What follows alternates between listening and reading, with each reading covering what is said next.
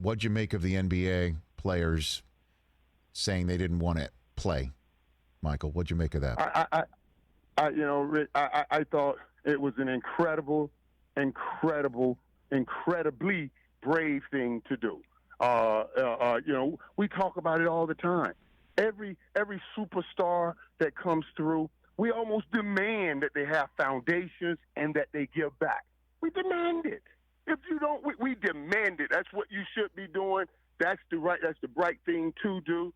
And that's what these players are doing. Why do you create foundations, Rich? You create foundations because you are blessed and you want to help others that are less fortunate and less blessed. That's why we do all the charity work we do. Troy, Emmy, and me, we did a big charity dinner the other night.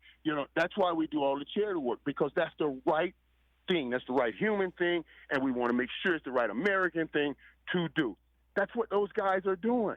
Those guys are saying, listen, we're trying to make sure we help some of the people who are less fortunate than us and are getting caught in these situations of police brutality and even us in certain situations, even us. But as Charles Barkley has said, let's be real.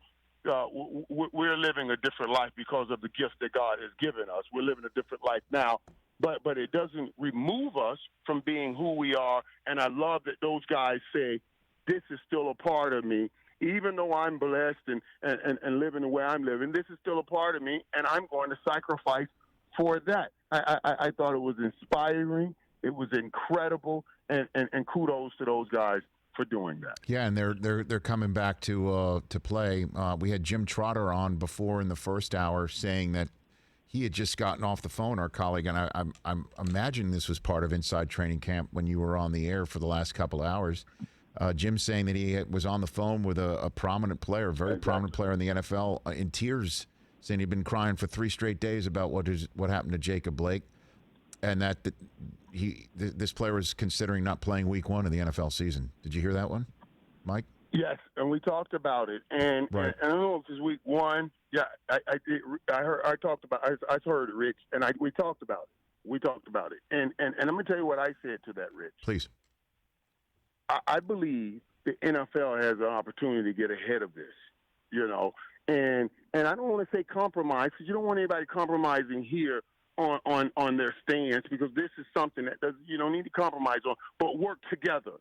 Let's work together, and I hope that's how when they go to the NFL, go to the players, because I was worried if the NBA did not come back, and I'm so glad the guys took the stand that they did, but I'm also so glad they came back, because it keeps the voice where it keeps the microphones and the cameras right where they are, so they can make a difference, and they are making a difference. But if they didn't come back, there would have been so much pressure put on the NFL players to not play at all this year. So they came back. Now they're back. Now the NFL wants to make a statement. If I'm the owner, God knows I don't have owner money, but if I am, yes, I am going to go and meet with these guys and try to, here again, don't use the word compromise in a situation like this, because people are standing up for something, for serious injustice. Don't you work together and do something, because you can't just sit out an NFL game and pick it back up a couple of days later because of what our game demands.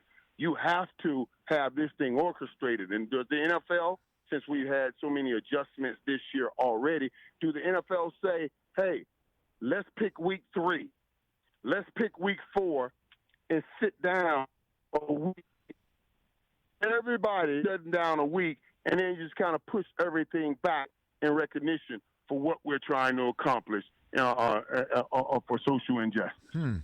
Well, I mean, you do have the ear of an owner. I mean, you do have, and a very prominent one, too, a Hall of Fame owner. I mean, if the Dallas Cowboys took the forefront of something like this, that would certainly gain a lot of attention.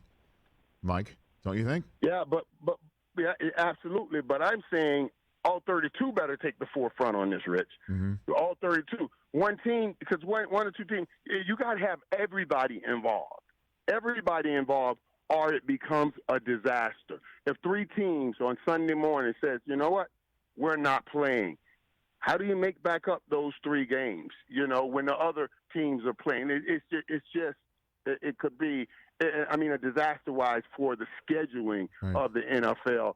and trying to keep the competitive balance of the NFL. That's why I'm saying, instead of putting your head in the sand and saying, okay, we hope this doesn't happen, we hope it doesn't happen, I would be trying to get in front of it and say, let's do something about it so we can all work together and get something done the right way. You like that video? Of course you did. Check out more right here.